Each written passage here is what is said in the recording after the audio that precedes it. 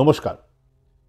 আপনারা নিশ্চয়ই খেয়াল করে দেখেছেন যে আমি যখনই আপনাদের সঙ্গে এই সময় কাটাতে আসি অনলাইনে কোনো একটি ভিডিও নিয়ে, তা মূলত তার প্রাধান্য থাকে ক্ষেত্রে। একটা হচ্ছে খেলাধুলা, শরীরচর্চা, খেলাধুলা ইত্যাদি।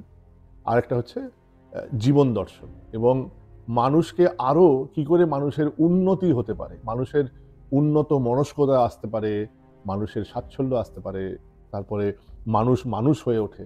এইগুলোর দিকে আমার একটু যেন বেশি প্রবণতা আছে আপনাদের সঙ্গে শেয়ার করার। কিছু মতামত, কিছু আইডিয়াস, কিছু ফাইন্ডিংস।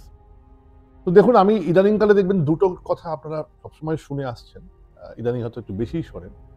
সেটা হচ্ছে যে এই যখন যখন আমরা বাচ্চাদের কোনো একটা, বিশেষ করে ধম্মকম্ম যাকে বলি আমরা, ছোটবেলা থেকে ধরুন এই যে মানুষের ধর্ম মনস্কতাটা তৈরি করি না আমরা, কেন করি না, অনেক কিছু, শুধু ধর্মর অ্যাঙ্গেল থেকে বলবো কেন, অনেক কিছুই আমরা বলি যে বাচ্চা বড় হয়ে, ও যখন বড় হয়ে যখন ও বুঝতে শিখবে তখন ওই সিলেক্ট করে নেবে। আমরা বড় একটা জোর করি না ওকে, আমরা ওকে জোর করি না।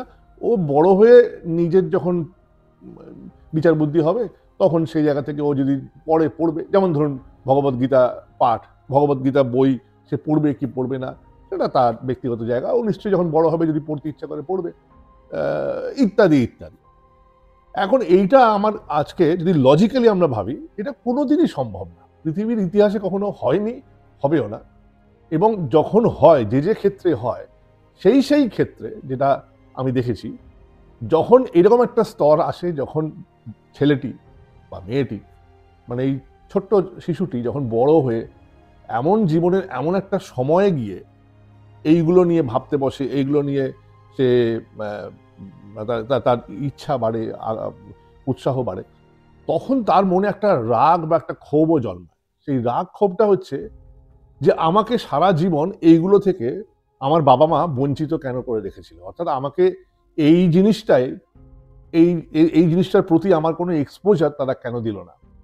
মানে আমি যদি 40 বছর বয়সে গিয়ে একটা সংস্কৃত মন্ত্র শিখতে চেষ্টা করি বা গীতা পাঠ করতে শুরু করি, তাহলে তো তখন তো জীবনের জাতাকলে এমন পিছে আছি, মগজের মধ্যে এত কিছু, এত ইনফরমেশন, এত চিন্তা, এত দুশ্চিন্তা, এত ভাবনা, এত অলিক স্বপ্ন, কত কিছুর মধ্যে, এত ভিড়ের মধ্যে একটি মন্ত্র, একটি শ্লোকের জায়গা করে নেওয়া অনেক বেশি কষ্টদায়ক বা কষ্টার্জিত দেন ছোটবেলাতে যখন আমার মগজ ফাঁকা, খালি স্লেটের মতো যা লিখবো সেটাই ফুটে উঠবে।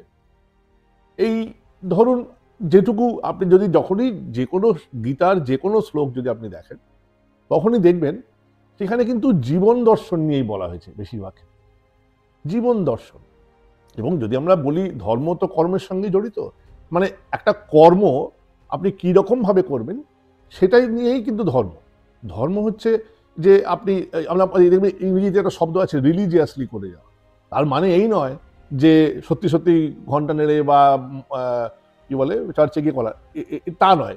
এখানে হচ্ছে যে ও কিন্তু রিলিজিয়াসলি কাজটা করে গেছে, বলে না, অর্থাৎ একটা নিষ্ঠাপরায়ণতা, এই এই ধর্মের জায়গা থেকে একটা নিষ্ঠাপরায়ণতা। আচ্ছা, আপনাদের অনেকেই দেখবেন আমি ধর্মে বিশ্বাস করি না এটা বলে, আবার বলে যে ওই ধর্মে, শোন ধর্মের কথা বলিস না, এই তো সব দেখছি সব এ ওই করছে, সে ওই করছে, এই যে ধর্মগুরু, ধর্মযাজক যারা আছেন, এইগুলো আপনাদের মাপকাঠি কেন হবে? কেন আমি বলছি? তার কারণ আপনারা জীবনের সর্বক্ষেত্রে সর্বক্ষেত্রে আপনারা খুঁতগুলোকে বাদ দিয়ে নিখুঁতের ভরসায় এগিয়ে যান।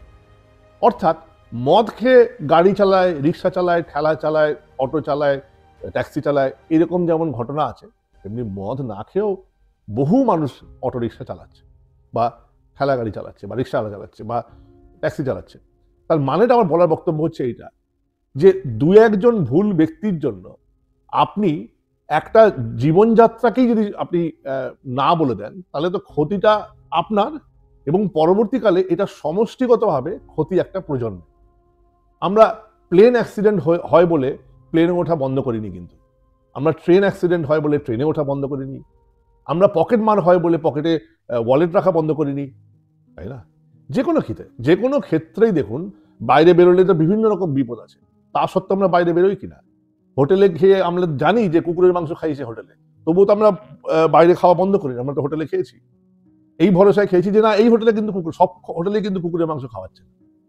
অর্থাৎ আমরা আমাদের জীবনের ভোগের যে জায়গাগুলো এবং যে নিত্য প্রয়োজনীয় জীবিকার সাথে জড়িত কাজগুলো, সেইগুলোতে আমরা সমস্ত রকম মানে মিডিওক্রিটি অ্যাকসেপ্ট করতে পারি। তখন আমাদের লজিকটা কাজ করে যে না এই লোকগুলো এতগুলোর মধ্যে দু একজন খারাপ, তার মানে পুরো ট্যাক্সি চালানোটাই, মানে ট্যাক্সি চালকরা সবাই খারাপ, ট্যাক্সিতে চড়া খারাপ, এটা তো নয়। আবার সমসাময়িকভাবেও ওই অন্যগুলো, মানে প্লেনেরও সে একই গল্প, হোটেলে খাওয়ার ক্ষেত্রে একই গল্প। এটা গেল যে আমাদের আসলে সমস্যাটা অন্য জায়গায়। আসল সমস্যা হচ্ছে যে আমাদের এখন ওই স্থিতিশীলতা, ওই সুস্থিরতা, ওই গভীরতা, এগুলোর প্রতি আমাদের অ্যালার্জি হয়ে গেছে। একদম অ্যালার্জি মানে ব্যাপক রকমের অ্যালার্জি। কেউ কিচ্ছু ভাবছে না, কেউ কোনো কথার গভীরে যাচ্ছে না, কেউ কিছু যাচাই করছে না। আর যাচাইও মানুষ করে তার অনুযায়ী, মানে যেটা সুখদায়ক, এবং ওইটা কিন্তু একটা মানে কি বলবো, ব্যক্তি বিশেষে, কারণ বিশেষে, হেতু বিশেষে করে। কেন বললাম? উদাহরণ দিয়ে বলি। আপনারা অনেকেই বলেন এটা যে আমি ঈশ্বরে বিশ্বাস করি না, ঠিক আছে, বা অনেকেই বলেন যে আমি তোমার কথা বিশ্বাস করি না। এই যে বিশ্বাস করি না, অপরকে বিশ্বাস করি না, তার মানেটা হচ্ছে আমি বাজিয়ে না দেখে বিশ্বাস করি না। আমাকে তুমি বাজিয়ে দেখালে তখন বিশ্বাস করব। অর্থাৎ আপনি এমন একটা জায়গা তৈরি করছেন যে আপনার সমস্ত আস্থা ভরসা এমন একজনের ওপর রাখছেন বা এমন একটা কিছুর ওপর রাখছেন যেটা প্রমাণিত আপনার কাছে যে সেটা বিশ্বাসযোগ্য এবং তার ওই যোগ্যতাটা আছে। কিন্তু দেখুন, এই আপনি রাস্তায় বেরিয়ে কতগুলো ক্ষেত্রে এটার বিপরীতমুখী হন। অটোওয়ালাকে কখনো জিজ্ঞাসা করেছেন যে ভাই আপনার লাইসেন্সটা দেখি, বা ভাই আপনি একটুখানি মাউথে ব্লাড টেস্ট করেন তো, দেখি তো আপনার মুখে ইয়ে আছে কিনা, কি ভাই আপনার কি বলে নোটগুলো দেখান তো যে আপনি সব নোটগুলো ঠিকঠাক কিনা। করি না। আমরা প্লেনে ওঠা আগে যে লোকটার হাতে, কিন্তু আমরা ওই অটোওয়ালা যার সঙ্গে আমাদের কোনো আলাপ নেই, কোনো পরিচয় নেই, কোনো কিছু জানি না, তাকে আমরা আমাদের জীবন সঁপে দিচ্ছি। আমাদের জীবনের নিরাপত্তা, বাড়ি ফিরবো কি ফিরবো না, এই সিদ্ধান্তটাও তার হাতের উপর ছেড়ে দিচ্ছি, শুধু একটা আস্থার ওপর, একটা জাস্ট অন্ধ বিশ্বাসের ওপর। তাহলে আপনার থেকে অন্ধবিশ্বাসী আর কে আছে? কিন্তু যখনই ধর্মের কথা আসছে তখনই বলছে না ওইসব অন্ধবিশ্বাসে আমি বিশ্বাস করি না। আরে সারাদিন তো অন্ধের মতো বিশ্বাস করে যাচ্ছেন, দেখেও নদী তাকিয়ে থাকছেন, ফ্লাইটে উঠছেন যেখান থেকে মৃত্যু অবধারিত, কোনো বাঁচার জায়গা নেই। ফ্লাইট যদি আছড়ে পড়ে পৃথিবীর বুকে তাহলে কোনো বাঁচার জায়গা নেই, এবং কি ওপরেও কত কিছু হতে পারে। এই ফ্লাইটের কি কোনো এমন কোনো ব্যবস্থা দেখেছেন যে যেখানে এয়ারলাইন্সের কোম্পানি বলছে আজকে আপনাদেরকে যে উড়িয়ে নিয়ে যাবেন যে পাইলট, তার এই হচ্ছে কোয়ালিফিকেশন, সে এত ঘন্টা চালিয়েছে ইত্যাদি। কত ইনসিডেন্ট দেখেছেন যে ঘুমের অভাবে কত কিছু হয়ে গেছে। সেটা ফ্লাইটেও হচ্ছে, যে গাড়ি আপনি হায়ার করছেন, যে গাড়ি ভাড়া করছেন, সেই গাড়ি চালকেরও একই অবস্থা। কত কত মানুষ এরকম মারা গেছে, কত অ্যাক্সিডেন্ট হয়েছে। তাহলে এখানে অলরেডি প্রমাণিত যে প্রমাণ চাননি বলে অযোগ্য লোকের হাতে আপনি কেউ না কেউ তার জীবন দিয়ে দিয়েছেন, এবং তার জন্য তাকে খেসারত দিতে হয়েছে, এমনকি জীবন হারিয়ে খেসারত দিতে হয়েছে। তাহলে আপনি কিন্তু আপনার জীবনের সর্বক্ষেত্রে এই টেস্টিং মাইক্রোফোনটা করেন না, জাস্ট মাইক্রোফোনটা হাতে তুলেই গানটা গিয়ে দেন। কিন্তু যখনই আপনাকে কোনো একটা নিষ্ঠার মধ্যে আনতে হচ্ছে, এই যে আমাদের নিষ্ঠা আর শৃঙ্খলা বোধ, এটা এতটাই নষ্ট হয়ে গেছে যে কোনো জায়গায় আমাদের যদি কিছু মেনে চলতে বলা হচ্ছে, তখনই আমাদের মনে হচ্ছে যে আমাদের স্বাধীনতা চলে গেল। যে কোনো ক্ষেত্রে আপনি দেখুন। এবারে আসি পৃথিবীর বিশ্বের বিভিন্ন আঙ্গিক থেকে আপনারা দেখুন। বাক স্বাধীনতাটা কি হয়েছে? যে কথা বলার স্বাধীনতা, রাইট? তো সেটা তো যুগ যুগ ধরেই রয়েছে, কথা বলার স্বাধীনতা। আমি বলছি ভারতবর্ষের প্রেক্ষিতে রয়েছে। গণতন্ত্রের আরেকটা অঙ্গ হচ্ছে বাক স্বাধীনতা। কিন্তু এখন যেটা হয়ে গেল সেটা হচ্ছে কথা বলার স্বাধীনতা। তাহলে বাক্যের স্বাধীনতা, এবং এই বাক্যে যখন আপনি বাক্য ভাষণ করছেন, তখন কেউ যদি প্রতিবাদ করে তাকে বলছেন বেশ করেছে, আমার বাক স্বাধীনতা আছে। নিশ্চয়ই আছে, কিন্তু এই স্বাধীনতা আর উচ্ছৃঙ্খলতার মধ্যে একটা ওই জায়গাটা তফাৎ, আপনার চরিত্রের তফাৎ। এই চরিত্র গঠনটা হয় ছোটবেলা থেকে, যে জন্য এই যে আমাদের রীতি ছিল সম্বন্ধ করে বিয়ে করা। সম্বন্ধ করে বাবা বাবা মায়েরা বা গুরুজনেরা ওর বাড়িতে গিয়ে সম্বন্ধ করে আসতো, ছেলের বাড়ি থেকে মেয়ের বাড়ি আসা হতো ইত্যাদি। কেন হতো? তার কারণটা হচ্ছে যে ওই পরিবেশটা বোঝার চেষ্টা করা, বাড়ির লোকের বাড়ির পরিবেশ কেমন, কতটা কতটা সচ্ছল কতটা অসচ্ছলের প্রসঙ্গটা পরে। প্রথমেই হচ্ছে আঙ্গিক, তাদের পরিবেশ, তাদের লোকজন কিরকম। কারণ এর মধ্যে থেকেই বাচ্চাটা বড় হয়েছে। আপনারা বলতে পারেন পাঁকের মধ্যে পদ্মফুল হয়, কিন্তু পাঁকের সঙ্গে মানুষের তফাৎ হচ্ছে পাঁক একটা স্থিতিশীল অবস্থান, অর্থাৎ তার কোনো উত্থান পতন নেই, একটা ফ্ল্যাট পাঁক। পাঁকেরও একটা প্লাস পয়েন্ট আছে, পাঁক কিন্তু খুজলি করে না, অর্থাৎ পাঁক পাঁকের মতোই থেকে যায়, ফুলকে ফুলের মতো উঠতে দেয়, টেনে নামায় না। কিন্তু আমাদের সমাজের যে পঙ্কিল সমাজ, যে পাঁকের সমাজ, সেখানে কিন্তু আপনি ভালো কিছু করতে গেলে লোকে আপনার পেছনে লেগে যাবে, লোকে আপনাকে টেনে নামাবে, আপনাকে তার তুচ্ছ তাচ্ছিল্য করবে প্রথমে, তারপরে কেউ বাধা দেবে, কেউ প্রতিবাদ করবে, কেউ তাচ্ছিল্য করবে, কেউ মস্করা করবে, বুঝেছেন? তারপরে কেউ মিথ্যা রটাবে, কেউ পেছনে লাগবে, কেউ বদনাম দেবে। তো এগুলো কিন্তু পাঁক করে না, তার জন্যই পদ্মফুলটা ঘুরতে পারে পাঁকে। তো সুতরাং তর্ক যখন করবেন কারোর সঙ্গে, তর্কের জায়গাটাকে কারেক্ট রাখুন, ঠিক আছে? তর্কের জায়গাটা কারেক্ট রাখুন। আরেকটা কথা খুব শুনি আমরা, যে দেখুন, এটা বারবার বলছি যে ছোটবেলা থেকে যদি একটা এই আসলে কি ঈশ্বর বিশ্বাসের জায়গাটা কোন জায়গা থেকে, এটা হচ্ছে এক ধরনের, যদি আপনি এমনিও এটাকে আপনি যদি নন রিলিজিয়াস অ্যাঙ্গেল থেকেও দেখেন, যে একটা জায়গায় যে মেডিটেশন, এই যে আমরা মেডিটেট করি, কি হয় আমাদের স্নায়বিক স্থিতিশীলতা আসে। আমরা এখন এত ছটফটে হয়ে গেছি, এত মানে একটা জায়গার মধ্যে, এই যে আমরা মোবাইল ফোন দেখি, মোবাইল ফোনে আমরা স্যাড রিলস দেখে যাচ্ছি, 90 সেকেন্ডের আগে একটা রিল হয় ম্যাক্সিমাম, 60 সেকেন্ড, 15 সেকেন্ড, 2 সেকেন্ড। আমাদের ব্রেন আর নিতে পারছে না, এত বৈচিত্র্য না, ব্রেনের নেওয়া সম্ভব হচ্ছে না, ব্রেন নিতে পারছে না, এত বৈচিত্র্য। মানে এইখানে কাঁটা লাগা ডান্সের পরেই চলে যাচ্ছে একদম কত রকম পাঁচটি উপায়ে রোগা হওয়া যায়, আর পরেরটাই চলে যাচ্ছে বিরাট কোহলির শট, আর পরেরটাই চলে যাচ্ছে, মানে ব্রেনও না ট্র্যাক করতে পারছে না যে কি আসলে কি দেখতে চাইছে, আসলে কি বুঝতে চাইছে। হলো এই করতে করতে করতে করতে করতে করতে করতে দেখবেন আপনি ঘড়ির দিকে তাকিয়ে, আরে 1 ঘন্টা হয়ে গেছে, তার মানে 90 সেকেন্ড, ঠিক আছে, 1.5 মিনিট এক একটা ভিডিও দেখেছেন, ঠিক আছে? তাহলে 1 ঘন্টা আপনি জীবন থেকে আপনার বেরিয়ে গেল, কিন্তু আপনার নাকি সময় নেই। অথচ কোনো বিষয়ে আপনি পৃথিবীর যে কোনো বিষয় নিয়ে আসুন, যে কোনো, সেটা অনলাইনই হোক আর অফলাইনই হোক, অর্থাৎ বই পুস্তকেই হোক কিংবা কম্পিউটারই হোক, আপনি যে কোনো বিষয়, একটি বিষয় যদি 1 ঘন্টা কখনো দেন, তাহলে সেই বিষয় আপনার আশেপাশের বহু মানুষের থেকে অনেক বেশি জ্ঞানী হয়ে যাবেন, কিংবা অনেক বেশি ফিট হয়ে যাবেন 1 ঘন্টা যদি ব্যায়াম করেন, যদি 1 ঘন্টা ব্যায়াম করেন, যদি 1 ঘন্টা পড়াশোনা করেন, যদি 1 ঘন্টা গান গান, তাহলে আপনার আশেপাশের মানুষের থেকে আপনি অনেক উত্তরিত হয়ে যাবেন, একটু উত্তোলন হবে আপনার। এইবারে এইটা যদি সমাজে প্রসারিত হয় এবং একটা বিতরণের মতো হয়, আপনার সঙ্গে যদি কেউ কম্পিটিশন করে, আমি 1 ঘন্টা 2 মিনিট পড়লাম, কি আমি 1 ঘন্টা 25 মিনিট পড়লাম, এই ধরনের ভালো সুস্থ প্রতিযোগিতা যদি তৈরি হয়, সেই সমাজ কি জায়গায় যেতে পারে আপনারাও জানেন। তারপরে হচ্ছে দেখুন, কিছু কিছু স্বভাব, একটা বাংলা কথা আছে না, স্বভাব যায় না বলে, কিন্তু আমরা এই স্বভাবটাই তৈরি করছি না। আমরা দুটো তফাৎ দেখাচ্ছি আপনাকে, যে কিরকম ভাবে হয়, ছোটবেলাটা কেন এত গুরুত্বপূর্ণ হয়। ছোটবেলা থেকে আপনি আপনার ছেলে মেয়েকে তৈরি করছেন, বড় হয়ে সে কিভাবে করাপ্টেড হতে পারে। কেন? একটা কন্ট্রোভার্সিয়াল কথা বললাম। অথচ আপনি এক্সপেক্ট করছেন যে আপনার ছোটবেলা থেকে দুর্নীতি অবলম্বন করতে শেখাচ্ছেন, কিন্তু এক্সপেক্ট করছেন যে আপনার ছেলে মেয়েরা বড় হবে যে সমাজে, সেই সমাজটা থাকবে একদম দুর্নীতিমুক্ত। আমি দুর্নীতিমুক্ত সমাজ চাই, কিন্তু আমার জীবনের প্রতিটা ক্ষেত্রে আমি দুর্নীতি করে যাব। ছোটবেলা থেকে বাসে উঠলো, 3 বছরের নিচে পুরা ভাড়া লাগিবে, 3 বছরের ঊর্ধ্বে পুরা ভাড়া লাগিবে লেখা আছে বাসে। বাচ্চাকে বললো, শোন, কন্ডাক্টর জিজ্ঞেস করে বাই চান্স, বলবি তো 2 বছর বয়স, ঠিক আছে, হলো। তারপরে হচ্ছে বাবা খুব টয়লেট পেয়েছে, দাঁড়িয়ে থাকা ট্রেন 2টো কামরার মাঝখানে টয়লেট করে দিল বাবা। তারপরে এরকম করতে করতে মাস্টার খুঁজে বেড়ানো, মাস্টার, হ্যাঁ স্যার, ও তো অঙ্কে ভালো নম্বর তুলতে পারছে না, হ্যাঁ আপনাকে পাস করিয়ে দিতে হবে। অঙ্ক কি শেখাবেন জানি না, পাস করিয়ে দিতে হবে।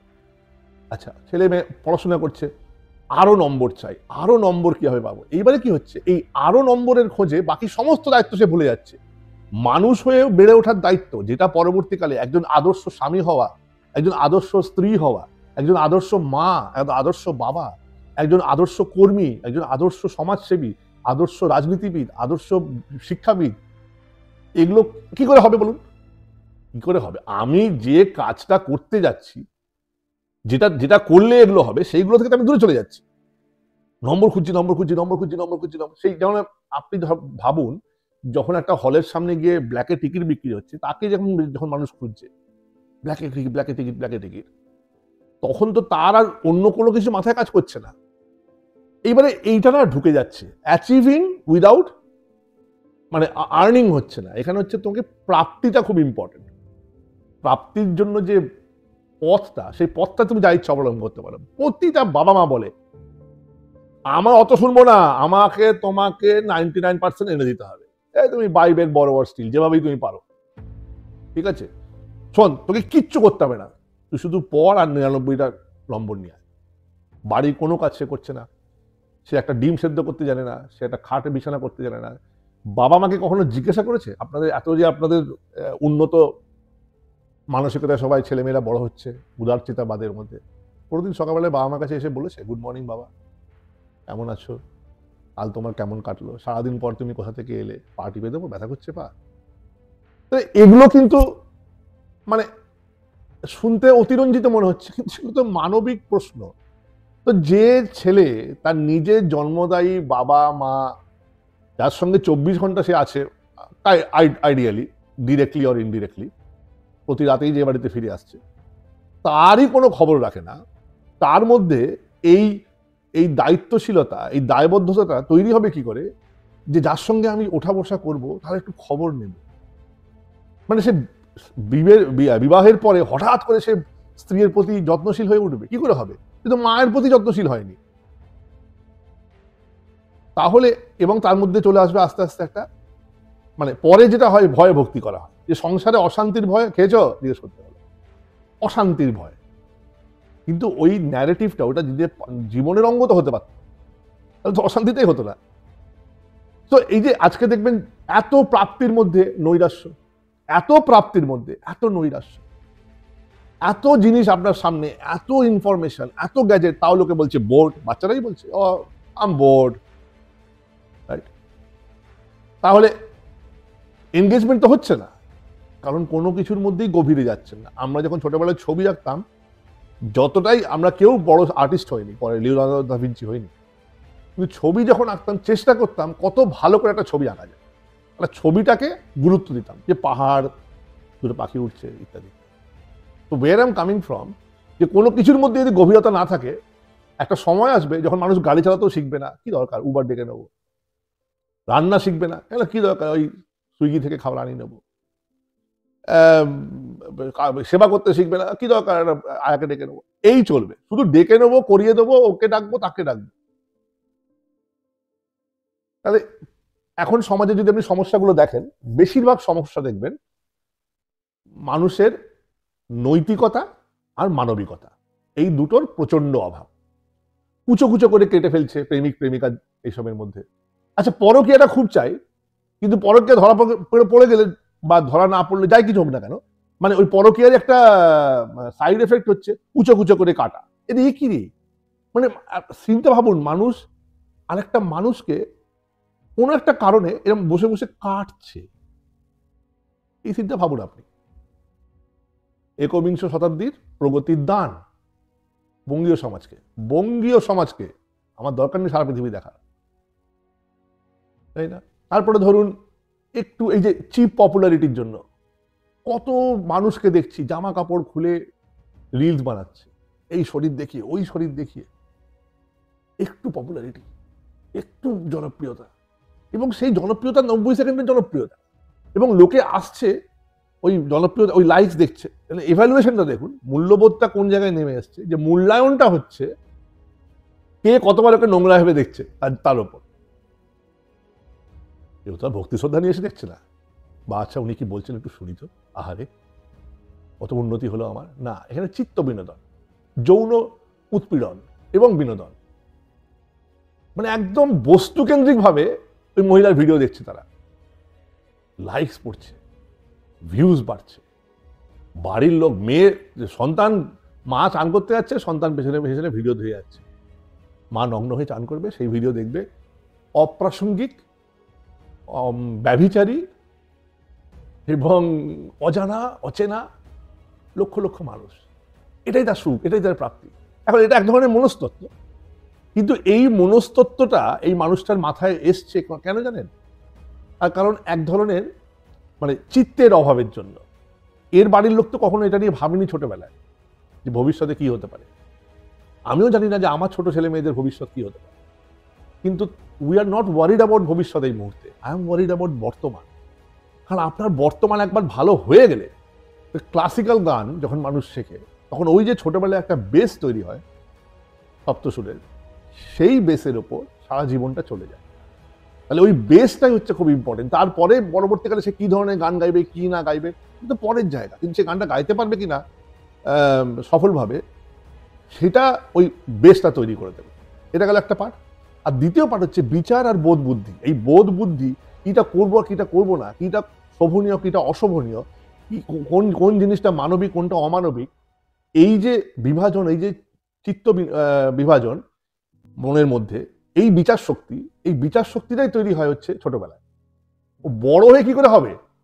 একটা ছেলে যদি ছোটবেলা থেকে একটা জিনিসের বিমুখ থাকে, সে বড় হয়ে তার প্রমুখ হয়ে যাবে? এটা হয় কখনো? কি করে হবে এটা? যে সারা জীবন রান্না করেনি, সে একমাত্র বিপদে পড়ে রান্না করবে, তখন তার কাছে রান্নাটা হবে একটা দায় পড়া, একটা মানে দায়গ্রস্ত হয়ে করা, তার মধ্যে দায়বদ্ধতা থাকে না, তখন সে ওটা পীড়ন হিসেবে দেখে, সেই নিয়ে অশান্তিও তৈরি হয়। যাই হোক, আমার বলার বক্তব্য হচ্ছে যে একটু ভাবতে হবে আমাদের এই শুধু নম্বর নম্বর নম্বর নম্বর এই করতে গিয়ে ওরা বাকিগুলো কিছু শিখলো না। ভক্তি শ্রদ্ধা করা, স্থিতিশীলতা আনা, লোককে, মানুষকে, অপরকে তার এমপ্যাথাইজ করা। একটা আপনার বাড়িতে কোনো একজন বয়স্ক মানুষ এলে তার পায়ে হাত দিয়ে প্রণাম করার মধ্যে একটা সেন্স অফ সাবমিশন তৈরি হয়, সেন্স অফ রেসপেক্ট। ওই লোকটা কতটা রেসপেক্টের যোগ্য না যোগ্য, কি জাত পাত, ডাজন্ট ম্যাটার, আপনার অ্যাটিটিউড অফ সাবমিশন তৈরি হচ্ছে। আপনার এটা যেটা বলে কর্মফল, ওপর থেকে ঈশ্বর দেখছেন যে ইউ আর সাবমিসিভ। আপনার মধ্যে বিদ্যাং বিনয়ং দদাতি, এই বিনয় ভাবটা আসছে, একটা বিনয়ী, একটা মনের মধ্যে একটা কি বলবো, অহমিকা বোধ নেই এখানে। এই যে আমাদের যতগুলো কাজ আছে, হিউম্যান টাচ এত ইম্পর্টেন্ট কেন? গালে হাত দিয়ে কেন চুমু খেতে হয়? মাথায় হাত দিয়ে কেন আশীর্বাদ করতে হয়? পায়ে হাত দিয়ে কেন প্রণাম করতে হয়? Because human touch. তার জন্যই কিন্তু ওই কোভিডের সময় সবাই ছটফট করছিল, হিউম্যান টাচটা সেপারেটেড। কেন আপনারা এত ভার্চুয়াল ভালোবাসেন, দাদা কেন বাড়িতে বসে বসে শুধু টিভি দেখতে কতক্ষণ দেখতে ভালো লাগবে? কারণ ভার্চুয়ালটা একটা লেভেলের পর তার মধ্যে থেকে কোনো সুবাস আসে না, ঘ্রাণ আসে না, তাই না? এবং সে মেকানিক্যাল, সে থামে না, সে চললে থামে না, সে থামলে চলে না। এগুলো কিন্তু মানুষের এগুলো নয়। Humans are not meant to be technology and মানে টেকনোলজি ড্রিভেন। এটা মানুষ তৈরি হয়নি এভাবে। মানুষ একটা অ্যানিমালের সত্তাগুলো থাকবে। এই যে ইমোশনাল সাইডটা আস্তে আস্তে আমাদের চলে যাচ্ছে, because we don't have time to manifest emotion. মানে আমাদের যে স্নায়বিকতা, আমাদের যে আবেগ, এগুলোকে বাঁচিয়ে তোলার জন্য গাছে যেমন অল্প, গাছটাকে একটা সবুজ গাছ, তার মধ্যে সবুজ পাতাওয়ালা গাছ, তার মধ্যে সুন্দর একটা ফল বা ফুল হতে গেলে একটু তলায় তো সার দিতে হবে, কিছু তো বেসিক কাজ করতে হবে। এমনি এমনি যেগুলো গজায় সেগুলো আগাছাই হবে। পরিচর্যা ছাড়া যে সমস্ত উদ্ভিদ তৈরি হয় তাদেরকে আমরা আগাছা বলি। তার না আছে কোনো উপকারিতা, না আছে কোনো সৌন্দর্য। একটু সেটা সবুজ হলো একটা জায়গায়, সবুজ হলে সেটা গাছ হয়ে যাচ্ছে না, তো সেটা তো কোনো, তার থেকে কোনো ফল বেরোচ্ছে না, যেটুকু বেরোচ্ছে বীজ ফল বেরোচ্ছে।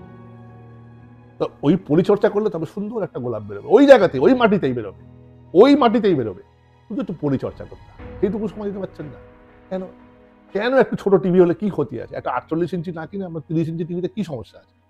যদি 48 ইঞ্চি কেনার জন্য আপনাকে এতটা সময় দিতে হয়, যে সময়টা আপনি ওই গাছের চারার তলায়, নিজের তৈরি গাছ, নিজের বাড়ি, নিজের বংশের, সেখানে সময় দিতে পারছেন না। আর যদি আপনার মনে হয় যে আপনি পারছেন না, তাহলে try to work something out. তাদেরকে নিয়ে যান একটা জায়গায় যেখানে যারা পারবে। বাচ্চাদের আপনি সব জায়গায় নিয়ে যান, সিনেমা হলে নিয়ে যান, প্লে স্কুলে নিয়ে যান, এই ওই সেই গানের স্কুল, আঁকা স্কুল, কই একবার মন্দিরে নিয়ে যান না কেন? কেন রামকৃষ্ণ মিশনের সন্ধ্যাবেলায় গিয়ে খণ্ডন ভব বন্ধন শুনছে না? আমি বারবার বলার চেষ্টা করছি, it is not about the religious part of it, it is about the spiritual part of it also. যে একটা জায়গায় বসতে শেখা, জাস্ট বসা। বাড়িতে যদি না হয় তাহলে মন্দিরে যান, কিন্তু আমার বলার বক্তব্যটা হচ্ছে যে একটা জায়গায় বসতে শিখুন, বাড়িতেই বসুক, তাহলে মেডিটেশন করুক, একটু চুপ করে বসা, একটা জপমালা দিয়ে 108 বার হরিনাম করুন, সামথিং, যেটাতে সে একটা জায়গায় বসবে, বসে আর তার কোনো বিচ্ছুরণ নেই, তার কোনো ওই সাইড থেকে ডিস্ট্রাকশন নেই, কোনো টেপ নয়, টিভি নয়, রেডিও নয়, মোবাইল নয়, কিচ্ছু নয়, ট্যাব নয়, কিচ্ছু নয়, চুপ করে বসা। কেউ করছে না। আর এই সহবত শিক্ষাগুলো দেওয়ান, সকালবেলা উঠে বিছানাটা তৈরি করতে শেখান, সব জীবনে কাজে লাগবে, এটা খুব বড় করে কাজে লাগবে। এই যে আমি যেখানে দাঁড়িয়ে আছি, এটা আমার, যেখানে আমার জন্ম সেখান থেকে প্রায় 11,000 কিলোমিটার দূর। তো সেইখানে তো আমি, এইটা তো আমার অর্জিত সম্পদ। কি করে হয়েছে? শুধু পয়সা দিয়ে হয়েছে? না, হয়নি। মন থেকে এসছে কি, যখন সবাই ব্যস্ত তখন আমি মগ্ন। মগ্নতা আনুন, দেখবেন আপনার বিচার বুদ্ধি আপনাকে বলে দেবে আপনার পরবর্তী পদক্ষেপ কি হওয়া উচিত, কোনটা করা উচিত, কিটা করা উচিত, এসে যাবে। সাধারণ থেকেই তো অসাধারণটা হয়, সামনে শুধু একটা অযোগ যোগ করা। ইংরেজিতে যেমন অর্ডিনারি আর এক্সট্রা অর্ডিনারি, ওই একটু এক্সট্রা করলে আপনি অর্ডিনারি থেকে এক্সট্রা অর্ডিনারি চলে যাবেন। একটু আগে যেটা বললাম, দিনে 1 ঘন্টা, আধা ঘন্টা, 1 ঘন্টাও লাগবে না, আধা ঘন্টা, হাফ এন আওয়ার, আধ ঘন্টা এক জায়গায় চুপ করে বসুন তো দেখি, জাস্ট চুপ করে, বা কিছুটা পড়ুন তো, বই পড়বেন, ফিজিক্যাল বই পড়ুন, আর নিজেকে রিডিসকভার করুন। পুরনো বড় পিসিমা হয় না, বড় পিসিমা চিরকাল বড় পিসিমা থেকে যায়, এমনি কোনো কিছু অ্যাকচুয়ালি পুরনো হয়ে যায় না, তাকে বাঁচিয়ে রাখা যায়, বাঁচিয়ে আনা যায়। শুধু ভালো না মন্দ সেই বিচারটা করুন, আগের মন্দগুলোকে সরান আর আগের ভালোগুলোকে ফিরিয়ে আনুন। আর নতুন মানেই সেটা ভালো তা কিন্তু নয়, সহজ মানেই যেটা সেটা ভালো তা কিন্তু নয়। সহজ উপায়তেই তো আজকে মাইক্রোওয়েভে খাবার খেয়ে খেয়ে ক্যান্সার হচ্ছে। এত ক্যান্সার বেড়েছে কেন? শুধু মাইক্রোওয়েভ লোকে করছে, আসছে শর্টকাট, শুধু প্যাকেজ ফুড, কেমিক্যাল দেওয়া খাবার, তাই না? তো আমার বলার বক্তব্যটা হচ্ছে, ছেলে মেয়েদের ছোটবেলা থেকেই করান, জাস্ট গেট ইন।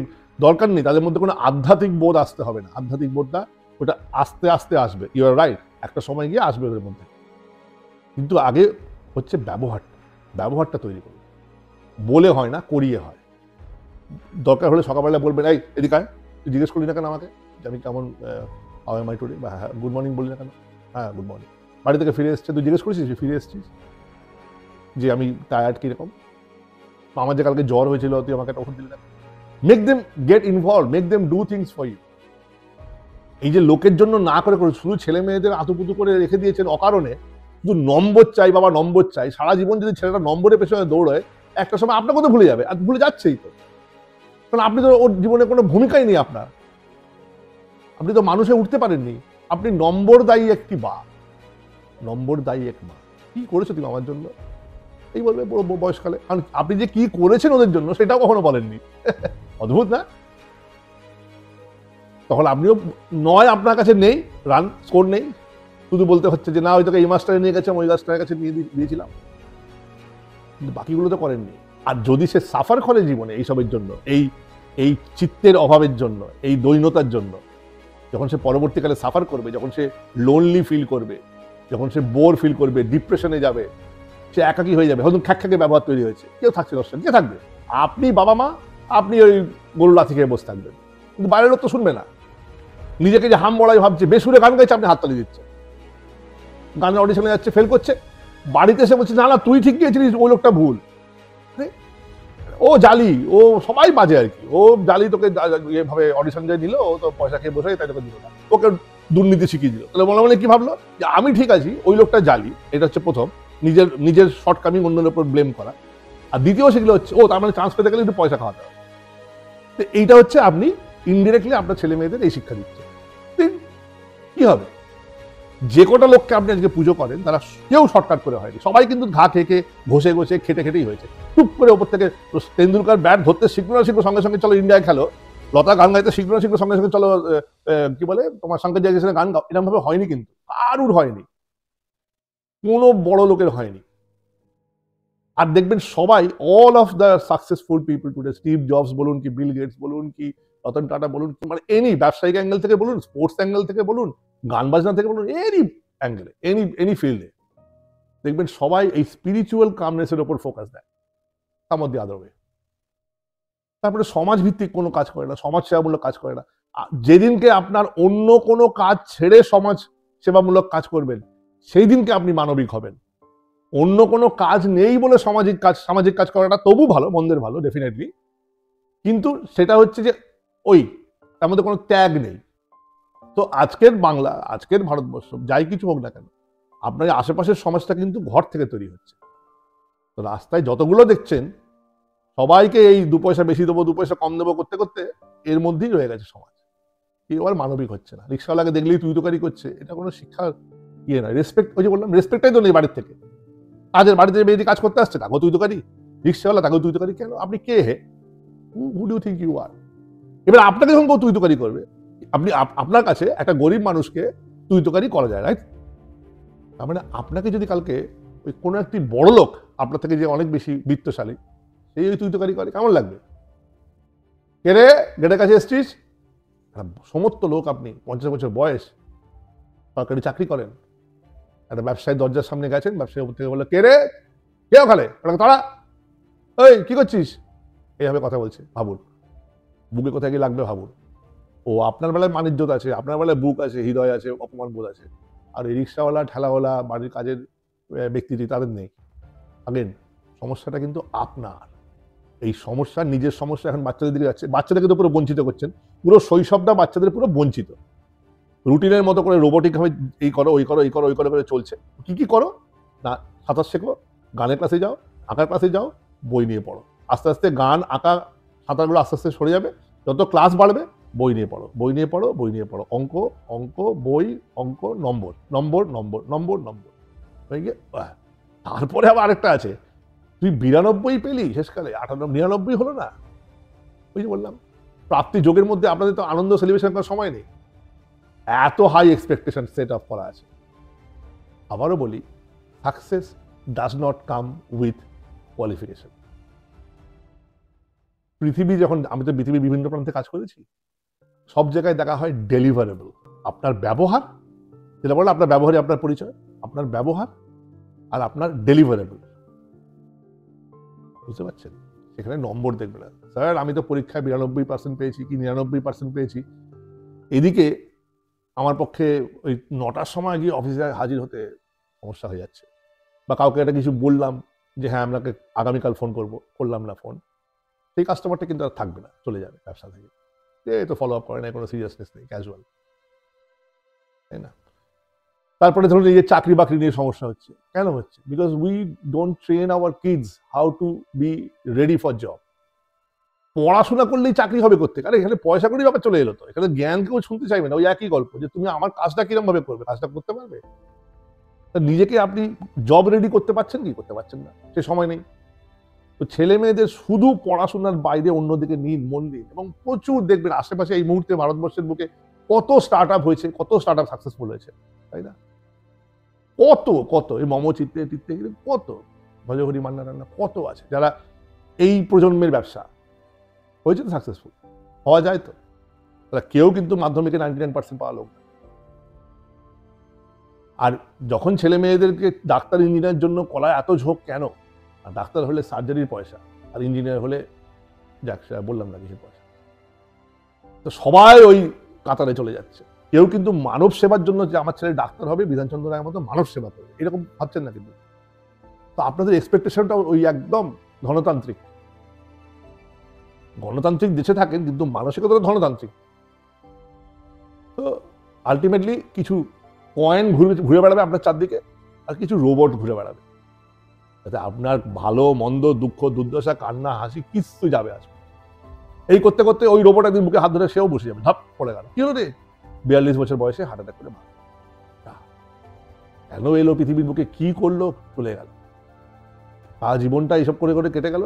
যৌবনটা চাকরি খুঁজ দেওয়া, তারপর চাকরি করতে করে করে না এদিক হলো, না ওদিক হলো, না কিছু হলো। ছাপোষা হয়ে জন্মেছিল, ছাপোষা হয়ে বেরিয়ে চলে গেল।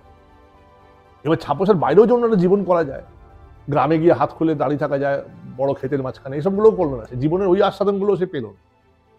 হবে হবে করবো পরে, রিটায়ারমেন্টে গিয়ে করবো। এনিওয়ে, ভালো থাকুন। শুধু একটাই যাওয়ার আগে বলি, বারবার বলি, যে ছেলে মেয়েদের পড়াশোনার বাইরে তাদের মানুষ করে তোলা, তাদের মানুষ হিসেবে তৈরি করে তোলা, তাদের ব্যবহার, তাদের মনস্তত্ত্ব, তাদের মনস্তাত্ত্বিক জায়গা, মানুষের জন্য কিছু করা, হেল্প, হ্যাঁ, অতিথিপরায়ণ হওয়া, পরোপকারী হওয়া, তারপরে একটু ধর্মমনস্ক হওয়া, যেখান থেকে তার একটা দিক নির্ণয় হবে, একটা একটা একটা ডিরেকশন পাবে সে। এই যে মা ফলেষু কদাচন, না, যে ফল নিয়ে ভেবো না, তুমি জাস্ট তোমার কাজটা করে যাও মন দিয়ে। কারণ তুমি যদি কাজটা মন দিয়ে যাও, করে যাও, তাহলে কিন্তু ফল তোমাকে ফলো করবে। ফল তো ভালো হতেই হবে। আপনি যদি মন দিয়ে একটা ডিম যখন অমলেট করছেন তাকিয়ে থাকেন, তাহলে মন দিয়ে করছেন, you are performing the art মন দিয়ে, এবং তাহলে দেখবেন ডিমটা পুড়বে না। যেই অন্যমনস্ক হবেন, এদিকে তাকাবেন, তখন দেখবেন ডিমটা পুড়ে গেছে, তাই না? কারণ আপনি ইয়ার মন দিয়ে কাজটা করছেন, ডিমটা কিন্তু পুড়বে না। আপনি ঘর পুছুন, ঘর একদম পরিষ্কার হবে, কারণ মন দিয়ে ঘরটা পুছেছে। তো আউটকামটা কি? ক্লিন হাউস, তো ক্লিন রুম তো। কিন্তু কাজটা যদি মন দিয়ে করেন, আউটকামটা তো হবেই ভালো, এদিক ওদিক নেই তো। এইবারে সবাই এই মনটা দিচ্ছে না যখন, সেখানে আপনি একটু মন দিয়ে কাজ করলে কিন্তু আপনি অর্ডিনারি থেকে এক্সট্রাঅর্ডিনারি। আমরা দেখেছিস কি ঘরটা পরিষ্কার করেছে, চকচক করছে পুরো, আসলে ওটাই স্ট্যান্ডার্ড হওয়া উচিত, কিন্তু ওই বেসিক স্ট্যান্ডার্ডটা কেউ করছে না। আপনি করলেই আপনি এক্সট্রাঅর্ডিনারি। তো have a nice evening, have a nice weekend. আর এগুলো ভাববেন একটু, ভাবা প্র্যাকটিস করুন, ভাবতে হবে, ভাবার সময় এসছে। ভালো থাকবেন।